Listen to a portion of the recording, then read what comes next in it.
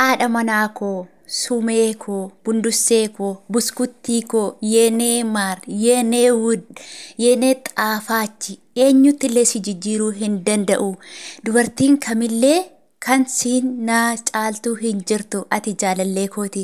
Jaalallee koo dhugaa, jaalallee koo ijoollummaa, jaalallee koo kan bara baay'ee waliin jiraanne chaalenjii hedduullee waliin dabarsine haadha manaa koo, haadha ijoollee koo.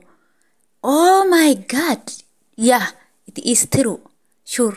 Nasi deeggara Saayidoo. Dhugaa Saayidoonii har'a jechuudha. Iddoo garaa kunaa ga'e. Ila aannanuma kana na obaasen jettaniire dhugaa dubbachuuf baay'ee tokkotti gammadee namoonni Saayidoodhaan afaan Amaariffaan chaanaala isaa afaan Amaariffaatiin dhaggeeffatan jechuudha. Dhugaa waaqayyooti ragaa inni haadha manaasaaf ba'u otoo dhageessanii dhugumaatu piraankiidha moo dubbiin kun waan isaa maali jettanitti yaaduu dandeessu jechuudha. Yaa'u namni kamiyyuu waan piraankii ta'uu naftu kuni dhugaadha.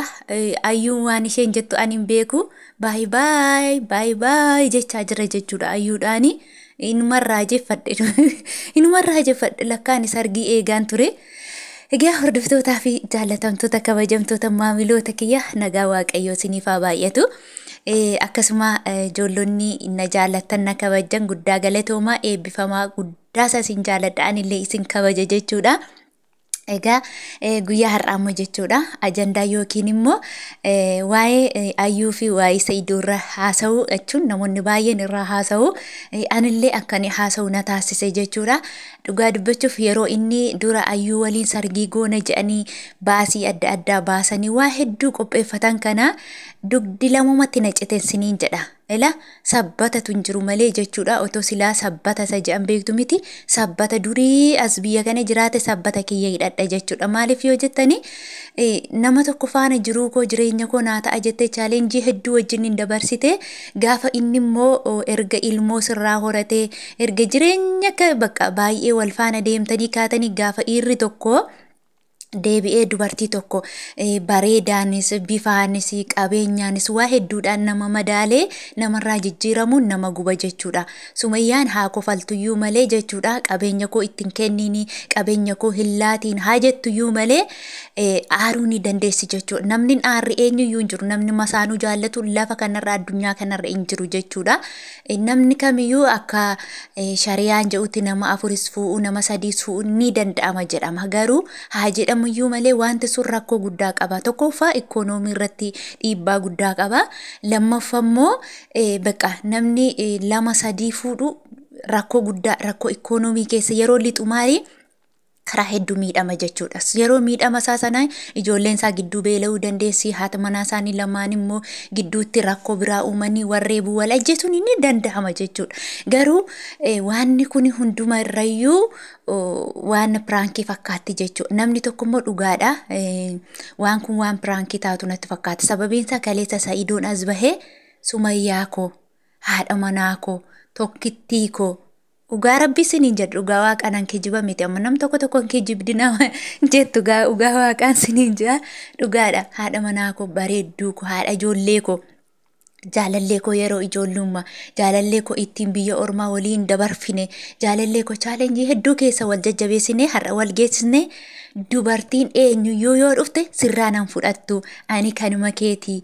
Eenyutu si jijjiiruu hin danda'u jedhee ragaa ishee fi ba'a jechuudha. Guyyaa kaleessa dhugaama immoo yoo ilaallu jechuudha. Namni haadha manaa isaa jijjiiruuf osoo hin taane kaayyoo ittiin chaanaala kana hojjechuu barbaadeef malee jechuudha. Namni tokko gaafa hojii tokko nan hojjedha jedhee hojii tokko irratti boba'u karoora hojii tokko banatu jechuudha. Yookiin suuqii tokko banatu yookiin immoo waa kaampanii tokko banatu jechuudha. Siisteemii mataasaa karoora mataasaa pilaanii mataasaa baafateetu ittiin hojjeta jechuudha. Akkuma saboota warra kaanii yoo ilaaltanii inni kaanii waliikaa inni kaanii warreebaa sobaniituma jechuudha. Sobaniituma manuma keessatti abbaan manaa abaluu fi abaluu wal hiikan jedhu ishii mana keessa oksanii isheen biyyaa badde isheen biyyaa ba'uuf deemti isheen akkas ta'uuf deemti warra afaan biraa dubbatan yoo argitan namoonni baay'een haala kanaan chaanaal isaanii inni guddata inni deema jechuudha. Hankeenyillee gaafa chaanaala kana banan irratti ejjenna jedhanii banan tiraasii miti. YouTube banuu jechuun tiraasii miti boraafatanii rafuuf otoo hin taane karoora irratti baafatanii maal irratti ejjechuun qaba. Ergaa maalii qaba? Boruu ergaan inni nuti irratti ejjennu kun dhaloota boruu dhufaniifuu maal dabarsuu danda'a jedha. YouTube jechuun kan gorsa qabu jira, kan irraa waan namni tokko irraa baratutu jira jechuudha. Namni tapha fakkaata kun. Waan kun amma tapha fakkaata, dhugaa piraankii fakkaata.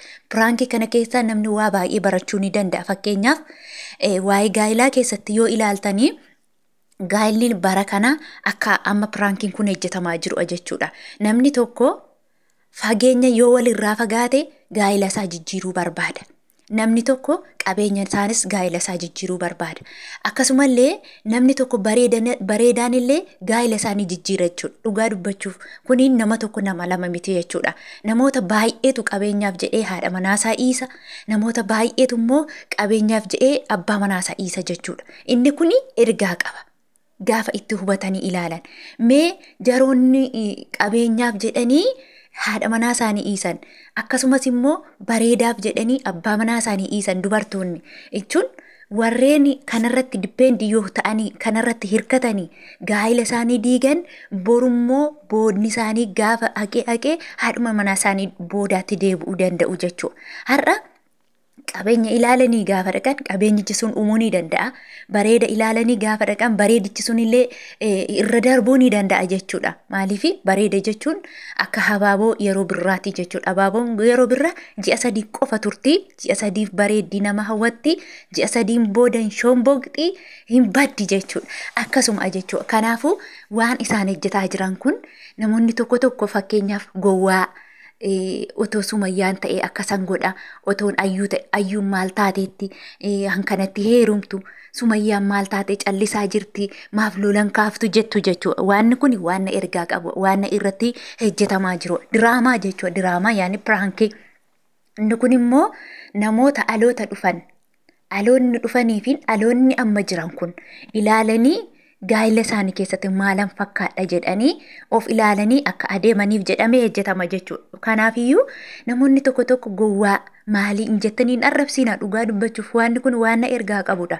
Tarii hin fuudhu, amma inni hin fuudha miti. Ayyuu waan fuudhu miti, garuu inni nama mana isaa jaallatu, nama haadha manaa isaa jaallatu, nama jireenya isaa jaallatu. Garuu chaanaala kana irratti immoo ergaa maal dabarsinee darbina? Maal goonee dabarsina? Maal ejjenneetiin aloonni kanarraa maal baratee darba jedhanii akkuma saba warra kaaniiti irratti ejjetaa jiru malee jechuudha. Waan kuni waan nama arrabsiisus miti, waan nama qaanessus miti jechuudha. Namni immoo ergaaf jedhee namoota baay'ee kanaan dura argitaniitu ta'e gaaf tokko fa'aa jechuudha. Chaanaala tokko irratti maalan nama obboleetti isaa fuudhuun arge jechuudha. Kani maal yoo seetanii ergaa qaban akkasumatti miti. Kanaafuu jechuudha dhugaa dubbachuuf ani diraamaan isaanii yookiin piraankiin isaanii baay'ee tokko natti tolee jira. Egaa hordoftoota koo nagaan naa turaa, baay'ee isin jaalladha, baay'ee isin kabaja. Isinillee akkasuma akka yuutuubii bantanii irratti hojjettanii yaada mataa keessanii, ergaa mataa keessanii dabarfattan abdii guddaan qaba jechuudha. Isinis kanaa ol hojjechuu dandeessu. Warra amma namaa ilaalaa jirtan kanaa ol hojjechuu ni dandeessu. Kanaafuu banadhaa, isinis irratti hojjedhaa, yaada keessan, ergaa keessan dabarfadhaa. Dhugaan isiniin jedha. Isin gargaaraa warri banachuu barbaadanis isiniin jedha. Warri isinitti tole immoo laayik sheer gochuun na bukkee dhaabadhaa. Turtii gaarii isiniif haa ta'u. Isin jaalladhaa, isin kabaja maamiloota koo hunda.